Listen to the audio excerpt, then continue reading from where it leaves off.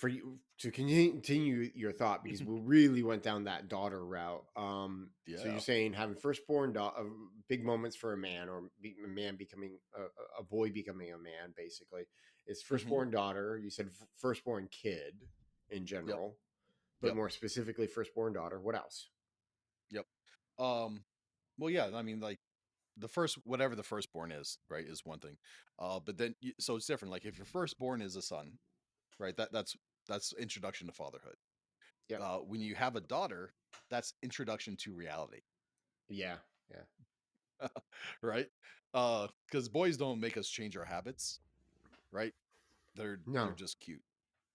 Um, girls will challenge a dad in different ways, Yep. from what I've seen. Yep. So this is like secondary, tertiary knowledge. Yeah. Let's see, what's the next big one?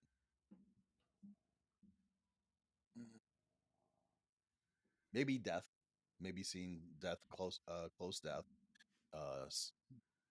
is a big one. I agree. Um, So I would Probably. I, Go I, ahead. w- I would definitely agree with that, mainly because I've seen how it affects other people. So I got introduced to death or the concept of death when I was really young. Hmm. So for me, it's a little weird for me when I see and approach death. It doesn't Hmm. it doesn't affect me as much as it does a lot of other people. Hmm. So my grandmother passed away not too long ago. My uncle passed away not too long ago. Hmm. I look at them and I see everything, and it's like, oh man, that just sucks, and it's hard, and it's like, man, I miss them. I do, Yeah. and I really do miss them. But Hmm. from my perspective and the way I treat it is, it's like, okay, well, they're no longer around, and in the case of my grandmother, I know she was a Christian, so I know, okay, So well, I you'll yeah, have time with her later. exactly. So it's not that bad. My uncle, I have no idea. I don't Hmm. know. I hope, I kind of suspect, but at the same time, I don't think so. There's a lot of certainty there, or uncertainty there, and so it makes me sad to think about it that way. It's like, well, that's awful, but at the same time, like, there's not much I can do about that. Yeah. So in a lot of ways, from my perspective, it's like, okay, that sucks. I miss him, but I can't, like, it doesn't affect me in my day-to-day life. I know I've known people who, like, so many people where they lose someone, whether it's a friend or a loved one, and it like deeply affects them, Hmm. deeply. So I don't. So I would definitely say that, like, being introduced to death or seeing death, especially at different stages in your life, if it happens at a different stage in your life, it can have a tremendous impact on how you go about life, essentially. So for me, being introduced to it at a young age, it's kind of like an old hat thing. Like, I kind of know and I understand, and I've always been around that. So it's not like a massive shock to me when I hear that somebody died. But I know people who didn't see their first death until they were in their teens or even into their 20s, and that really deeply affected them because they were like, "Oh, I've always heard about it. I've always heard about it, but now I've seen it." Hmm.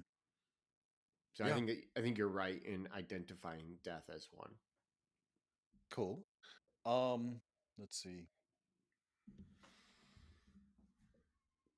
A awkward milestone for men is when they realize they're too old to now have children.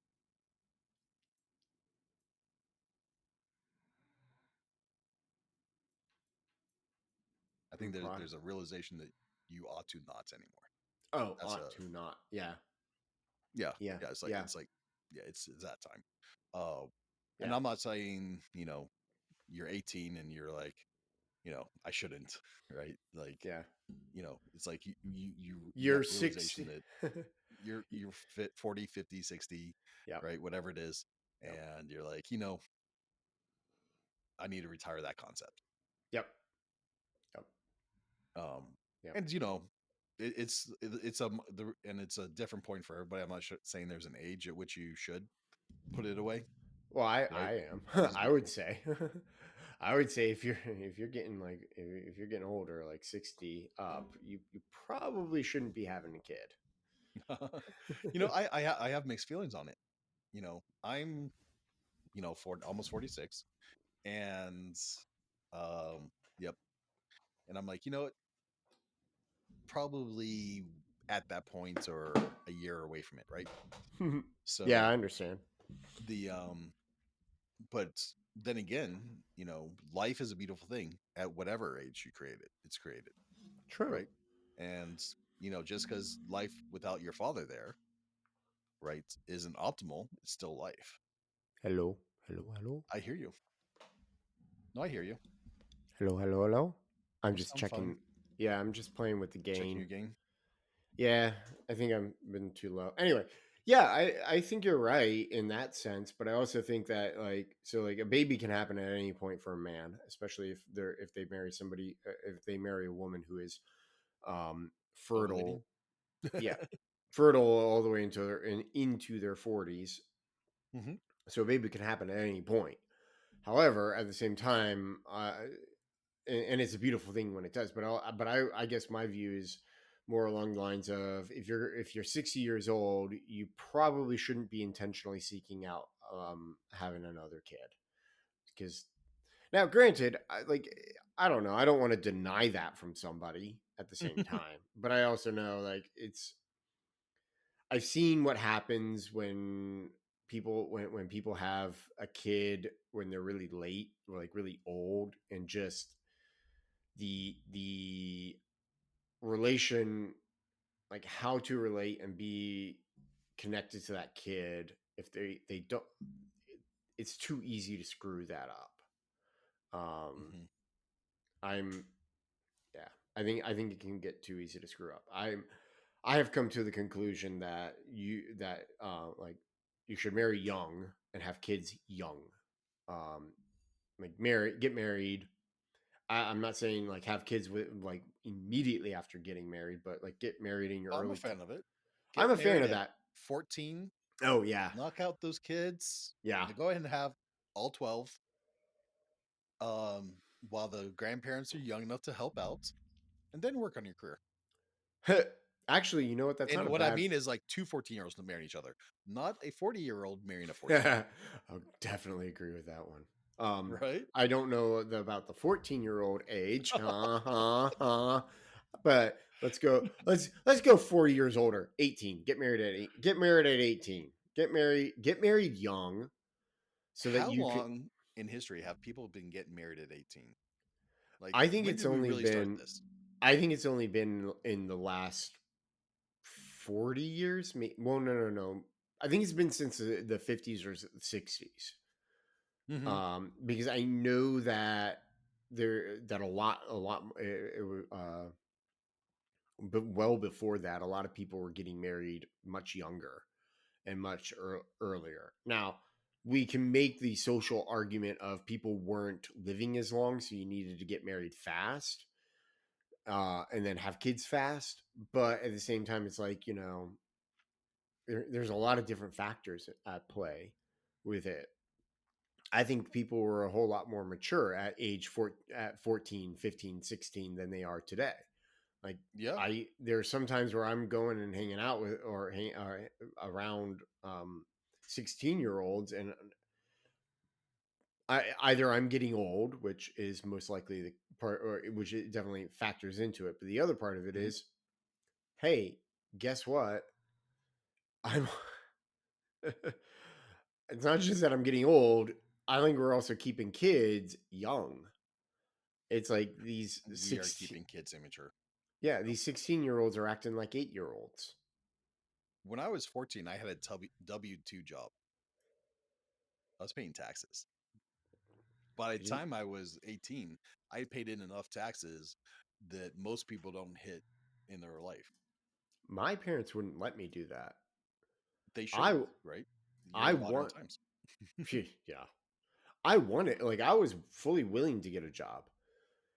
But then they're Time, like I'm 10 years older than you. Time was different back then. The world was a different place. We had Yeah. dinosaurs running around, saber-tooth tigers. Uh, we could go We with were that. fighting off the ice age. We could go with that. W2s had just been invented. Taxes was not new to anybody, but Only two certainties in life: death and taxes. and they've obviously existed since time began. So, anywho, yeah, my Come on, parents wouldn't. My even parents Jesus wouldn't had let to deal me. with taxes. Well, yeah, like, somebody came to him and was like, "Hey, is it lawful for me to pay the Caesar The tax, taxes?" yeah, yeah. And Jesus is like, "Whose image is on the coin? Well, Caesar's." go get me a get me a fish. Yeah, Go yeah, get that fish. Here's your tax money. yep, yep. It was just one of those things. So, I mean, Mm-hmm. it is one of those things. It's Yeah. so silly to me. Anyway, no, my parents wouldn't let me. They didn't let me until I was 17. The summer I turned 17, they let me get a job, and then they forced me to quit the job while I was at school or Mm-hmm. during the school year, which to me, I'm like, I look back on it, I'm like, okay, well, that kind of worked out, but I'm also like, anyway, there's we could go down a whole rabbit hole of that view and discussion and everything. So Yep. Well, it's a we, complicated question. yep, Just like my joke about 14, yeah, um, is a hard question, right? yeah, it Um, is. because I mean, part of me like things was disgusting, obviously, right? For 14-year-old kids to be going through that kind of pain. Hmm. Um, but on the other side, like, what is the most natural time for a kid to do this? Obviously, like 14 probably seems like way too early. Even if the kid started, even if the girl started, at the age of like 9 or 10, like a lot of girls are starting at, Whew, right? yeah, that's Um, scary. so there's the biological imperative that you know there's that biological imperative, right? Hmm. When is actually the best time for her to have kids, recover, and to then have a normal, productive life? Yeah. So the part of the Well. question is it healthier to have a kid way too young Hmm. or to have a kid way too late? Hmm. So here's something that's interesting that's going on right now. A lot of the girls out there who bought into the idea of being a girl boss are Oh now yeah, starting to realize, oh my gosh, I bought into a lie. I I what did totally I? bought into a lie. Yep, Yep, yep. exactly.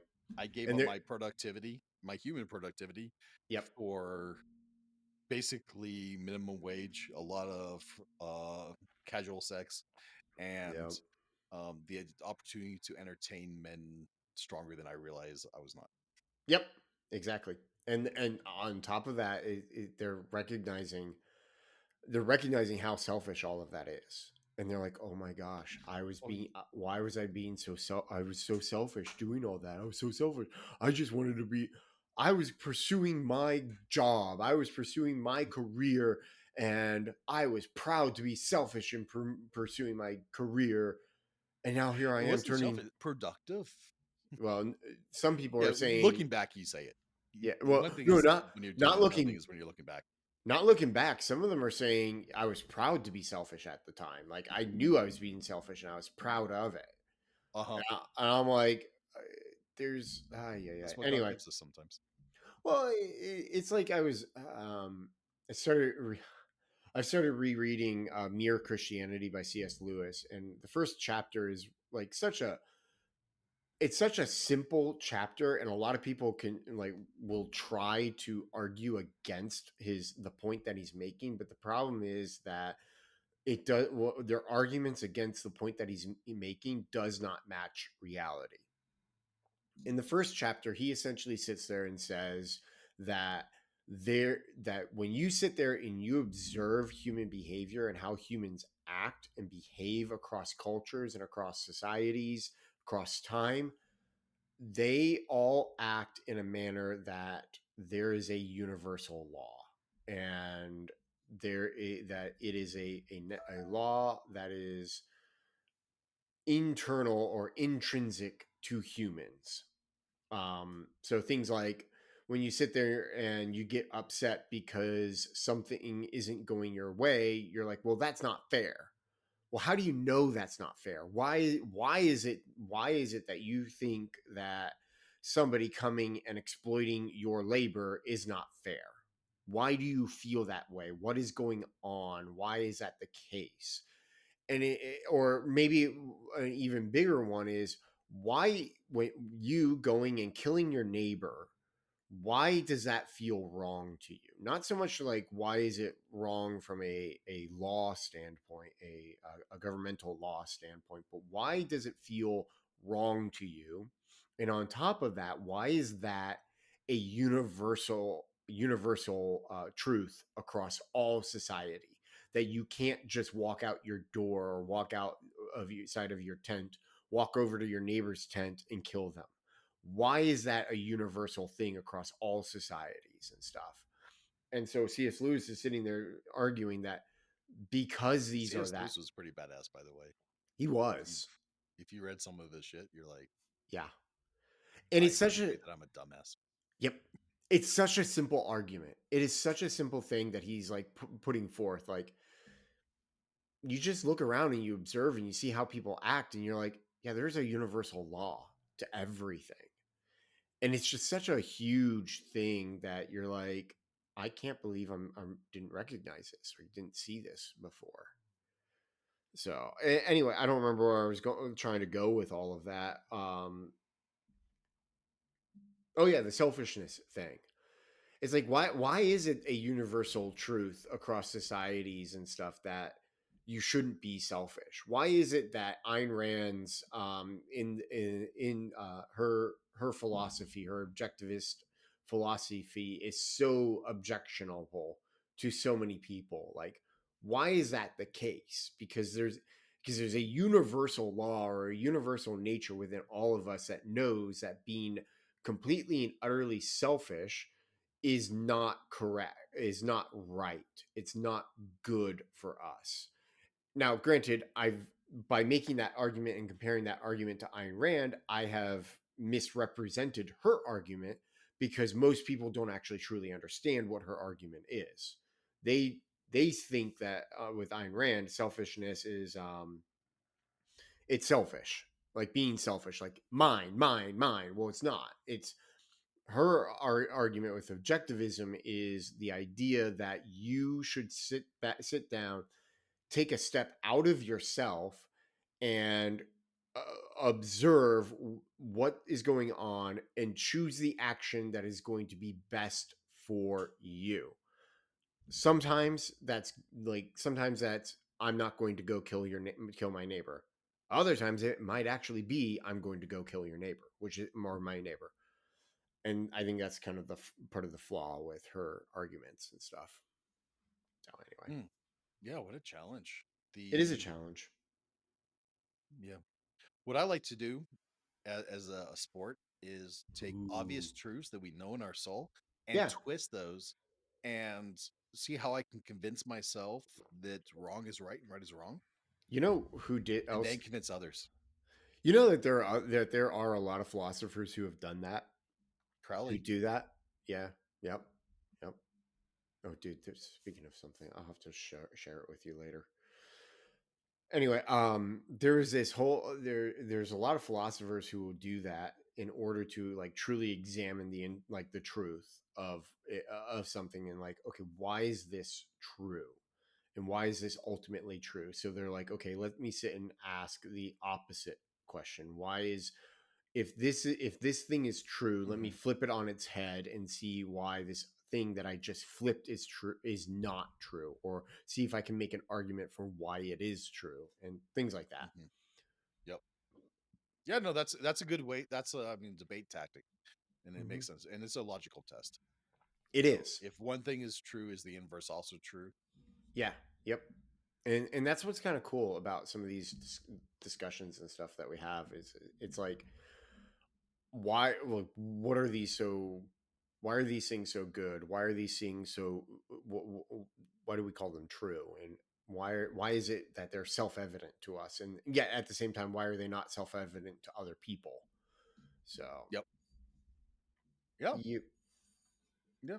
My so truth should be your truth. nah. That's such a it's such a lot. Well, I mean, it's the thing. Like that's the argument that's going around today. It's that you must live out your truth, but if you don't live by my truth, then you are wrong.